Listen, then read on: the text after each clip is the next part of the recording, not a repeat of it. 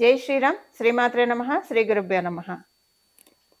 2024 సంవత్సరం డిసెంబర్ 29వ తారీఖు నుంచి 2025 సంవత్సరం జనవరి 28వ తారీఖు వరకు కూడా శశి శుక్ర యోగము గోచారంలో ఏర్పడుతుంది. శని మహారాజు మరియు శుక్ర భగవానుడు వీళ్ళిద్దరూ కూడా కుంభరాశిలో ఈ 1 మంత్ ట్రావెల్ చేస్తారు. వీళ్ళిద్దరూ అంటే ప్రతి సంవత్సరం కూడా శుక్రాచార్యుల వారు శనీశ్వరుడు ఉన్న రాశులు ఆయన ఏ రాశుల్లో అన్నా ఉండనండి, ద్వాదశ రాశుల్లో ఒక 1 మంత్ ఆయన ఒక మాసం పాటు వాళ్ళిద్దరూ ఏ రాశిలో అయినా సరే ఉంటుంది. ప్రతి సంవత్సరం ఒక నెల ఉంటుంది. ఇప్పుడు వచ్చిన ఈ విశేషాంశం ఏంటంటే ఇది కుంభరాశిలో ఏర్పడుతుంది. కుంభరాశి ఆయన స్వస్థాన గతుడై ఉన్నాడు శని మహారాజు. ఇది ఒక విశేషాంశము. అలాగే ఇప్పుడు కుంభరాశిలో నుంచి ఆయన నెక్స్ట్ ఇయర్ ఇంకా మీనరాశిలోకి వెళ్ళిపోతారు.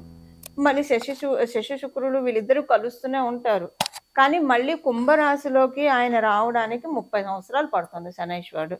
సో ప్రతి సంవత్సరం కుంభరాశిలోకి శుక్రాచార్యుల వారు అయితే వెళ్తూ ఉంటారు. కానీ శనీశ్వరుడితో కూడి ఆయన సంచారము అంటే మళ్ళీ మనం 30 సంవత్సరాల దాకా మళ్ళీ ఇలాంటి కాంబినేషన్ మనం చూడలేం. ఇలాంటి విశిష్టాంశం మళ్ళీ మనం 30 సంవత్సరాల వరకు చూడలేం. మళ్ళీ 30 సంవత్సరాల తర్వాత శనీశ్వరుడు కుంభరాశిలోకి వచ్చినప్పుడు అప్పుడు మళ్ళీ మనం చూడగలుగుతాము. ఇది చాలా మంచి గ్రహస్థితి అని చెప్పాలి. ఏం చేతనంటే ఎప్పుడైనా సరే శనీశ్వరుడు ద్వాదశ రాశుల్లో పరిపూర్తి రాజయోగాన్ని ఇచ్చేది రెండు రాశుల వాళ్ళకి, వృషభ రాశి, తులారాశి. అలాగే ఈ వృషభ రాశి, తులారాశులకి అధిపతి ఎవరంటే శుక్రాచార్యుల వారు. శుక్రాచార్యుల వారు కూడా ద్వాదశ రాశుల్లో పరిపూర్తి రాజయోగాన్ని ఇచ్చేది రెండు రాశుల వాళ్ళకి, అది మకర కుంభరాశుల వాళ్ళకి. ఈ మకర రాశికి మరియు కుంభరాశికి అధిపతి శని మహారాజు. సో వీళ్ళిద్దరు ఒకళ్ళకొకళ్ళు రాజయోగం ఇచ్చుకుంటారు. అంటే శనీశ్వరుడు కనుక తులారాశిలో ఉంటే వాళ్ళకి ఇంకా అంటే తులారాశిలో పుట్టిన వాడికి, వృషభ రాశిలో పుట్టిన వాళ్ళకి ఒక్క శనీశ్వరుడు చాలు పరిపూర్తి రాజయోగాన్ని ఇచ్చేస్తారు. ఆ రాశుల్లో ఉంటే ఇంకా బాగుంటుంది. అలాగే మకర కుంభరాశుల్లో పుట్టిన వాడికి శుక్రాచార్యుల వారు పరిపూర్తి రాజయోగాన్ని ఇచ్చేస్తారు. సో ఇది చాలా మంచి కాంబో. అయితే ఇప్పుడు ఈ కాంబో ప్రతి ద్వాదశ రాశుల వాళ్ళకి మంచి ఫలితాలు ఉంటాయి. కానీ డెఫినెట్గా కొన్ని రాశుల వాళ్ళకి ఎక్స్ట్రా బోనసెస్ ఉంటాయి, ఎక్స్ట్రా బెనిఫిట్స్ ఉంటాయి. ఈ కొన్ని రాశుల వాళ్ళు ఎవరో మనం ఇప్పుడు చూద్దాము. మొదటగా వృషభ రాశి, తులారాశి, అలాగే మకర రాశి, కుంభరాశి, మీనరాశి. వీళ్ళ 5గురికి కూడా ఇది చాలా మంచి సత్ఫలితాన్ని ఇస్తుంది. అయితే ఇక్కడ మనం ఒక్కటి చూసుకోవాల్సిన విషయం ఏంటంటే మీ జన్మ జాతకంలో కనుక శనీశ్వరుడు మరియు శుక్రుడు వీళ్ళిద్దరు కలిసినా లేదా వీళ్ళిద్దరికి పరివర్తన జరిగినా ఇప్పుడు మీ జన్మ జాతకంలో శుక్రాచార్యుల వారి దశ కావచ్చు, అంతర్దశ కావచ్చు, శనీశ్వరుడు దశ కావచ్చు, అంతర్దశ కావచ్చు, ఇవి మీరు రన్ అవుతూ ఉన్నా దాంతోపాటు ఇప్పుడు వీళ్ళిద్దరూ ఒకవేళ శనీశ్వరుడు శుక్రాచార్యుల వారి మీద దృష్టి పెట్టినా, పరస్పరం వీళ్ళిద్దరూ సమసప్తక దృష్టితో వీక్షిస్తూ ఉన్నా లేదా శనీశ్వరుడు తృతీయ దృష్టితో చూస్తున్నా కూడా ఇప్పుడు మనం తెలుసుకున్న ఈ పారామీటర్స్లో అంటే శనీశ్వరుడు దశ, శుక్ర భగవానుడు దశ, అంతర్దశ భుక్తుల్లో ఉన్నా లేదా వీళ్ళిద్దరు పరస్పర వీక్షణ ఉన్నా, వీళ్ళిద్దరు కలిసి ఉన్న మీ జన్మ జాతకంలో సెకండ్ థింగ్ ఏంటంటే ఒకవేళ శనీశ్వరుడు ఒక్కళ్ళు అయినా సరే తృతీయ దృష్టితో కావచ్చు, దశమ దృష్టితో కావచ్చు శుక్ర భగవానుడిని మీ జన్మ చక్రంలో వీక్షిస్తూ ఉంటే అప్పుడు మీరు ఏ రాశి అయినా కావచ్చు, అంటే మీరు వృషభ, తుల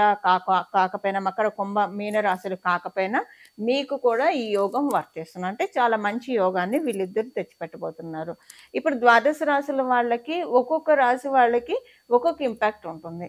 సో ఇప్పుడు మనం తెలుసుకునే 5 రాశుల వాళ్ళకి కొంచెం ఎక్కువ బెనిఫిట్స్ ఉంటాయి. మిగతా అన్ని రాశుల వాళ్ళకి కూడా బెనిఫిట్స్ అయితే ఖచ్చితంగా ఉంటాయి. కాకపోతే ఈ 5 రాశుల వాళ్ళకి ఎక్కువ బెనిఫిట్. ఇప్పుడు నేను చెప్పిన కేటగిరీలో ఎవరైతే వస్తారో వాళ్ళకి కూడా బెనిఫిట్స్ చక్కగా ఇస్తారు వీళ్ళిద్దరు, ఈ 2 గ్రహాలు కలిసి. ఇప్పుడు మనం ద్వాదశ రాశుల వాళ్ళకి ఏం బెనిఫిట్స్ అంటే ఏం మంచి ఫలితాలు రాబోతున్నాయి వీళ్ళిద్దరి కలయికతోటి. కుంభరాశి కాలపురుషుడు కుండలిలో నుంచి లాభరాశి. ఈ లాభరాశి ఏకాదశ స్థానం చాలా విశేషాన్ని సంతరించుకుంటుంది. ఏకాదశ స్థానంలో శని మహారాజు మరియు శుక్రాచార్యుల వారి కలయిక చాలా మంచి ఫలితాన్ని ద్వాదశ రాశుల వాళ్ళకి తెచ్చిపెట్టబోతుంది. ఇది మళ్ళీ మనకి 30 సంవత్సరాల దాకా మనం చూడలేం. వన్స్ ఈ కాంబినేషన్ బ్రేక్ అయిందంటే, ఎందుకంటే శుక్రాచార్యుల వారు మళ్ళీ తర్వాత నెక్స్ట్ జనవరి 2025 అంటే 29th నుంచి ఆయన మీనరాశిలోకి వెళ్ళిపోతాడు. మళ్ళీ మనం ఇలాంటి గ్రహస్థితి చూడాలంటే 30 సంవత్సరాల వరకు వేచి ఉండాలి. సో, ఇప్పుడు ఉన్న ఈ గోచరంలో గ్రహస్థితి మనకి మంచి లబ్ధికరంగా, యోగకరంగా ఉంది. దీన్ని ఒకవేళ ఇప్పుడు మీ జన్మజాతకం బలంగా లేకపోతే దీన్ని ఒడిసి పట్టుకోవడానికి, అలాగే మీ జన్మజాతకం బలంగా ఉన్న దీన్ని ఇంకా మనం ఇంకా స్థిరపరచుకోవడానికి, ఇంకా వృద్ధిపరచుకోవడానికి, ఇంకా బలపరచుకోవడానికి ఎలాంటి పరిహారాలు చేయాలో కూడా మనం తెలుసుకుందాము. మీనరాశి. మీనరాశిలో పుట్టిన వాళ్ళకి, మీన లగ్నంలో పుట్టిన వాళ్ళకి ఈ శశి శుక్ర యోగము ఎలాంటి ఫలితాన్ని తెచ్చిపెట్టబోతుంది? మీకు వ్యయ స్థానంలో జరుగుతూ ఉంది. ఇందాక మనం తెలుసుకున్న రాశుల్లో ఒక రాశి మీ రాశి. ఎందుకు మీకు యోగం అని నేను చెప్పానంటే, మీ రాశిలోనే శుక్రాచార్యుల వారు ఉచ్చ స్థితిని పొందుతారు. అందుకని మీనరాశి వాళ్ళకి ఇది చాలా మంచిది. అంటే ఒక రిలాక్స్ మూడ్‌లోకి తీసుకెళ్తున్నారు. ఇప్పుడు మిమ్మల్ని శని మహారాజు అలాగే శుక్రాచార్యుల వారు ఒక రిలాక్స్‌డ్ మూడ్‌లోకి తీసుకెళ్తున్నారు. ఇది మీకు అర్థమయ్యేట్టు చెప్పాలంటే, ఒక గవర్నమెంట్ అఫీషియల్ చక్కగా గవర్నమెంట్‌లో మొత్తం చేశారు. వాళ్ళకి మంచి అప్పుడు అతనికి కావచ్చు, ఆమెకి కావచ్చు మంచి పదవొచ్చింది. డబ్బులు బాగా వెనకేసేసుకున్నారు. ఎక్కడ కూడా ఒక చిన్న రిమార్క్ లేదు. క్లీన్ చిట్ తోటి రిటైర్మెంట్ తీసుకున్నారనుకోండి. ఇంకా వాళ్ళు హాయిగా ప్రశాంతంగా వాళ్ళ జీవితాన్ని ఎంజాయ్ చేస్తారు కదా! అలా మీరు ఉద్యోగం చేస్తున్నా, వ్యాపారం చేస్తున్నా అలా ఎంజాయ్ చేస్తారు. ఒక రిటైర్డ్ పర్సన్ ఎలాగైతే అంటే కంప్లీట్ ఒక పర్ఫెక్ట్ పర్సన్ కనుక, ఒక జెన్యూన్ పర్సన్ కనుక రిటైర్మెంట్ తీసుకుంటే ఎంత చక్కగా ఎంజాయ్ చేస్తారు లైఫ్‌ని. అన్నీ ఉన్నప్పుడు దేనికోసం పరుగులు పెట్టకుండా ఉన్న వాళ్ళు ఎలా ఎంజాయ్ చేస్తారో రిటైర్మెంట్‌ని. ఇప్పుడు మీకు అదే పరిస్థితి శని మహారాజు అలాగే శుక్రాచార్యుల వారు కల్పిస్తున్నారు. అంటే దీని అర్థం ఏంటంటే మీరు ఏ పని చేయకుండా ఖాళీగా కూర్చుంటారని మటుకు కాదు. మీ పనులు మీరు చేస్తారు. కానీ ఆడుతూ పాడుతూ చేస్తారు. చాలా అంటే పనులన్నీ సులభతరం చేసేస్తారు. ఒక్కోసారి సమయం బాగోనప్పుడు చిన్న పని గూడా చాలా టైం పడుతుంది మనకసలు. మన పక్కనే ఫోన్ ఉంటుంది. ఫోన్ కోసం ఊరంతా ఎతుకుతాము. అంటే అక్కడ ఎంత టైం వేస్ట్ అయిపోతుంది. మళ్ళీ స్ట్రెస్ ఏమైంది ఫోన్ అని లేతే ఏదైనా ఒక వస్తువు. మన ఒళ్ళోనే ఉండి వెతుకుతూ ఉంటాము. అంటే టైం అక్కడ కాలబలం అన్నమాట. అలా ఇప్పుడేంటంటే కాలబలం బాగా ఉంది. దైవబలం బాగా ఉంది.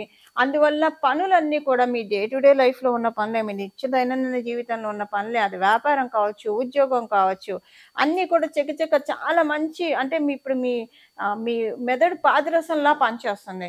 ఇదెందుకు ఇలా చేయడము, ఇంకా స్మార్ట్‌గా చేయొచ్చు గదా! ఇంకా తొందరగా చేయొచ్చు గదా! ఇది ఫినిష్ చేసేయొచ్చు కదా!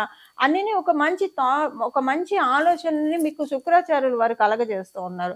తద్వారా ఏంటంటే మీకు పనులన్నీ కూడా చకచక వేగవంతంగా అయిపోతాయి. అంతకుముందు మీరు నిదానంగా చేసేవాళ్ళైనా సరే ఇప్పుడు చాలా వేగంగా చేస్తారు పనులన్నీ. సో, మీకు ఫ్రీ టైమ్ చాలా దొరుకుతుంది. ఈ ఫ్రీ టైమ్‌ని మీరు చిల్ అవ్వడానికి ఉపయోగిస్తారా? ఇంకా అప్‌గ్రేడ్ చేసుకోవడానికి ఉపయోగిస్తారా? అనేది మీ మీద ఆధారపడి ఉంటుంది. అలాగే దాంతో పాటు ఇంకొకటేంటంటే చిల్ అయ్యే టైం అయితే మీకుంటుంది. దీంతో పాటు ఇప్పుడు శనీశ్వరుడు కూడా ఈ యోగాన్ని ఇస్తున్నాడు కాబట్టి మిమ్మల్ని మీరు అప్‌గ్రేడ్ చేసుకోవడానికి కొంత మీ ఖాళీ సమయాన్ని ఉపయోగించుకుంటే చాలా బాగా ఉంటుంది. మీరు ఇప్పుడు ఆల్రెడీ మీకొక ఇల్లుంది. పైన ఇంకొక టాప్ ఫ్లోర్ వేయాలని అనుకుంటున్నారు. ఇది చాలా మంచి సమయం. ఇప్పుడు ఇలాంటి వాటన్నిటికి కూడా మీరు ప్రయత్నాలు చేయండి. అంటే ఫోకస్ పెట్టండి. మీరు ఇప్పుడు కాకపోయినా ఇమ్మీడియేట్‌గా కాకపోయినా ఈ డౌన్ ద లైన్ 3 ఇయర్స్‌లో మీరు అవి వేయడానికి మిమ్మల్ని అర్హుల్ని చేస్తారు శనీశ్వరుడు మరియు శని మహారాజు శుక్రాచార్యుల వారు. ఎందుకంటే మన ప్రయత్నం మనం చేయాలి కదా! ఇప్పుడు మీరు చేసే ప్రయత్నాలు గృహపరంగా మీరు చేసే ఏ ప్రయత్నాలైనా సరే శని మహారాజు అలాగే శుక్రాచార్యుల వారు దీవిస్తున్నారు. అలాగే మీరు విదేశాలు వెళ్ళాలని ప్రయత్నిస్తుంటే ఇది చాలా మంచి శుభ సమయం. మీరేం విదేశాలు వెళ్ళాలని ఏం ప్రయత్నించట్లేదనుకోండి. ఇంట్లో శుభకార్యాలు చేయడానికి మంచి శుభ సమయం. మీరు విదేశాలు వెళ్ళడానికి ఏం ప్రయత్నం చేయకపోతే మీకు కొన్ని మంచి అదృష్టకరమైన సంఘటనలు మీ జీవితంలో చోటు చేసుకుంటాయి. సో, ఎలా చూసుకున్నా మీనరాశి వాళ్ళకి, మీన లగ్నంలో పుట్టిన వాళ్ళకి శని మహారాజు అలాగే శుక్రాచార్యుల వారు వీళ్ళిద్దరూ కలిసి ఒక మంచి రిలాక్సింగ్ పీరియడ్‌లోకి, ఒక మంచి రిలాక్సింగ్ మోడ్‌లోకి మిమ్మల్ని డ్రైవ్ చేయబోతున్నారు. సో, చాలా మీరంటే దీన్ని ఇంకా బాగా ప్రాపర్‌గా యుటిలైజ్ చేసుకోండి. ఒకవేళ మీ జన్మ జాతకంలో ఇప్పుడు బాగోకపోతే మీకు ఈ యోగం పూర్తిగా తీసుకోలేరు కాబట్టి తీసుకోవడానికి ఏం పరిహారం చేయాలి? మీ జన్మ జాతకం బాగున్నా కూడా ఏం పరిహారం చేస్తే ఇంకా దీన్ని మీరు బాగా స్ట్రాంగ్ చేసుకోవచ్చో ఇప్పుడు మనం చూద్దాం. శశి శుక్ర యోగము ఇవిచ్చే ఫలితాలు ద్వాదశ రాశుల వాళ్ళకి మనం చూసాం కదా. ఇప్పుడు మనం అసలు ఒకవేళ మీ జన్మ జాతకంలో ఈ యోగం ఉన్నా లేకపోయినా అసలు మీకు ఈ యోగం ఇప్పుడు గోచారంలో ఉన్న ఈ యోగము మంచి ఇంపాక్ట్‌ని అలాగే మంచి ఫలితాల్ని ఇవ్వాలంటే ఏం పరిహారం చేసుకోవాలో ఇప్పుడు మనం చూద్దాము. దీనికోసం చేయాల్సిన పరిహారము వెంకటేశ్వర స్వామి వారి ఆరాధన. ఇప్పుడు మీ వెంకటేశ్వర స్వామి వారికి సంబంధించిన గోవింద నామాలు చదువుకోవడం కావచ్చు, వెంకటేశ్వర స్వామి వారికి సంబంధించిన వెంకటేశ్వర స్వామి వజ్ర కవచం కావచ్చు, లేదా పురుష సూక్తం, స్త్రీ సూక్తము ఇలాంటివి ఏవైనా సరే, లేదు విష్ణు సహస్రనామాలు మీకు చదివే అలవాటు ఉంటే కనుక అత్యద్భుతంగా ఉంటుంది. ఈ ఈ గ్రహస్థితి ఉన్న నెలనాళ్ళు కూడా విష్ణు సహస్రనామం పారాయణం చేయడానికి ప్రయత్నించిన, లేదా శ్రీరామ రామ రామ, శ్రీరామ రామ రామ, శ్రీరామ రామ రామ అని మనసులో జపించుకున్నా. ఎందుకంటే మనకి ఆ శ్లోకంలోనే ఉంది కదా, శ్రీరామ రామ రామ అని ఎవరైతే జపిస్తూ ఉంటారో వాళ్ళకి సహస్రనామాలు పఠించిన ఫలితాన్ని నేను ఇస్తున్నాను పార్వతి అనే పరమశివుడే, సాక్షాత్ పరమశివుడే పార్వతి అమ్మవారికి చెప్పి ఉన్నారు కాబట్టి శ్రీరామ రామ రామ అని మనసులో 24 ఇప్పుడు నామ జపం కాబట్టి మనం ఏ అవస్థలో ఉన్నా సరే, ఎక్కడ ఉన్నా సరే ఇది మనం ఖచ్చితంగా ప్రశాంతంగా జపించుకోవచ్చు. మనం బీజాక్షరాలు చేర్చినప్పుడు మనం చూసుకోవాలి మనం ఉన్న ప్రదేశం ఎలా ఉంది, మనం అప్పుడు శుచిగా ఉన్నామా, ఎలా ఉన్నాం, అంతర్బాహ్య శుచి ఉందా లేదా. మంత్ర జపానికి ఖచ్చితంగా నియమాలు ఉంటాయి. నామ జపానికి ఎటువంటి నియమాలు ఉండవు. మనం రౌండ్ ద క్లాక్ ఎప్పుడైనా సరే మనం జపించవచ్చు. అందువల్ల శ్రీరామ రామ అని రోజు మననం చేసుకుంటూ ఉంటే, ఇది మామూలుగా కూడా ఇలా చేసుకుంటే చాలా మంచిది. రామనామం తారక మంత్రం మనందరికీ తెలిసిన విషయమే. శ్రీరామ రామ రామ అని ప్రతిరోజు చెప్పేస్తూ ఉంటా కనుక ఇంకా మీకు తర్వాత ఇది అయిపోయిన తర్వాత ఈ నెలనాళ్ళు అయిపోయిన తర్వాత అది ఇంకా అలవాటు అయిపోతుంది. ఒక్కసారి మన మనసుకి గట్టిగా ఏదైతే అలవాటు చేస్తామో, మన నాలికకి రిపీటెడ్గా ఏదైతే మనం ఫీడ్ చేస్తూ ఉంటామో, అలవాటు చేస్తూ ఉంటామో, ఇంకా కొంతకాలం మనం అది రెగ్యులర్ ప్రాక్టీస్లో చేస్తూ వెళ్తే తర్వాత మన మనసు ఆటోమేటిక్గా అదే పట్టుకుంటుంది. అలాగే మన నాలుక మనకి తెలియకుండానే శ్రీరామ రామ రామ, శ్రీరామ రామ రామ, శ్రీరామ రామ రామ అని చెప్పిస్తూ ఉంటుంది. ఇలాగా మనకి ఇప్పుడున్న ఈ గోచరంలో యోగం ఒడిసి పట్టుకోవడానికి ఇప్పుడు స్వామి కార్యం స్వకార్యం అని మనం వింటూ ఉంటాము. ఇప్పుడు మనకి స్వామి కార్యం అంటే భగవంతుడి పూజ చేసినట్లు అవుతుంది. స్వకార్యం మనకి ఇక్కడ ఉన్న ఈ గోచారంలో ఉన్న ఈ గ్రహస్థితులు పరిపూర్తి దీవెనని మనం అందుకోవడానికి చాలా చక్కటి అవకాశం ఉంటుంది.